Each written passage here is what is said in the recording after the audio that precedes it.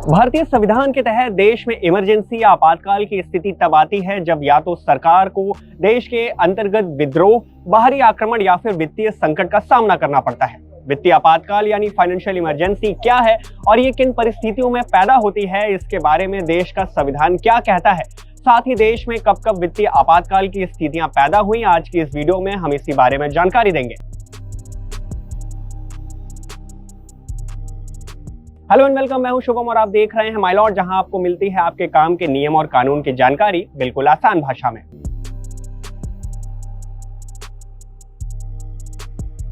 भारतीय संविधान के अनुच्छेद 360(1) के तहत अगर राष्ट्रपति को ऐसा लगता है कि देश की वित्तीय स्थिरता या देश के क्रेडिट को खतरा है तो वो वित्तीय आपातकाल की घोषणा कर सकते हैं। संविधान के अनुच्छेद 360(2) के तहत राष्ट्रपति की इस वित्तीय आपातकाल की घोषणा को संसद के दोनों सदनों के समक्ष रखना होगा और उनकी स्वीकृति जरूरी है।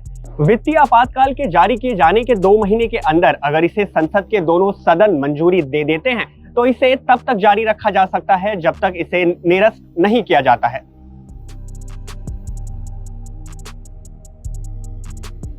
देश में अगर वित्तीय आपातकाल घोषित हो जाता है तो उससे केंद्र को यह शक्ति मिलती है कि वो राज्यों को अपनी योजनाओं के आधार पर वित्तीय आदेश दे।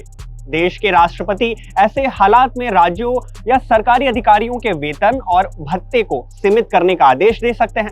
राष्ट्रपति विधानसभा के आने वाले मनी बिल और दूसरे वित्तीय विधेयक को रिजर्व कर सकते हैं और वो सुप्रीम कोर्ट और हाई कोर्ट के जज समेत अन्य केंद्र सरकार के अधिकारियों के वेतन और भत्ते को भी कम कर सकते हैं।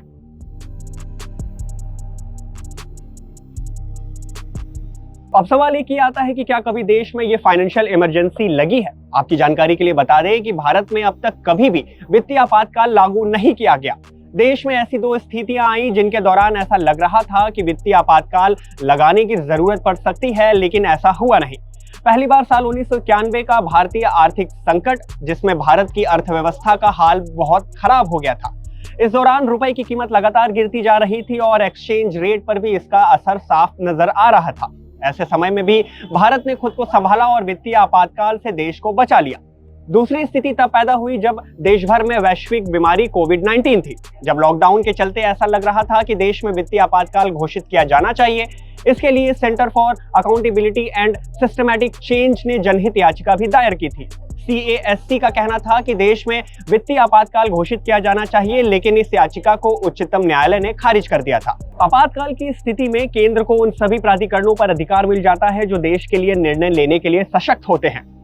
केंद्र सरकार ही आपातकालीन स्थिति से देश को बाहर निकालने की ओर काम करती है, लेकिन बुरी से बुरी स्थितियों में भी देश ने खुद को संभाला है और इसीलिए आज तक भारत में कभी वित्तीय आपातकाल घोषित नहीं किया गया। उम्मीद करता हूं कि फाइनेंशियल इमरजेंसी से जुड़े आपके कई सवालों के जवाब इस वीडियो में मिल गए होंगे। नियम और कानून की ऐसी जानकारी पाने के लिए आप बने रहें माय लॉर्ड के साथ।